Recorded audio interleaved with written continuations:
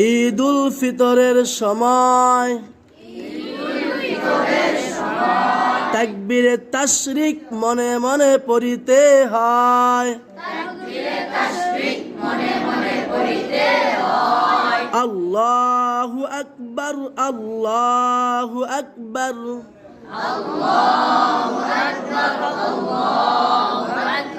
লা ইলাহা ইল্লাল্লাহু আল্লাহু আকবার,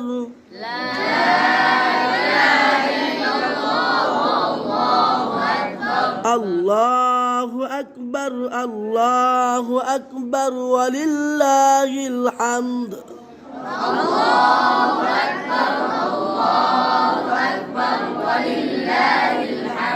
ঈদুল ফিতরের দিনে এই আয়ামে তাশরিক এটা আস্তে আস্তে পড়তে হয়, মনে মনে মনে মনে পড়তে পড়তে ঈদুল আজহার নামাজ পড়ার জন্য মাঠে যাওয়া সুন্নত। এই তাকবীর তাশরিক পড়া কি সুন্নত?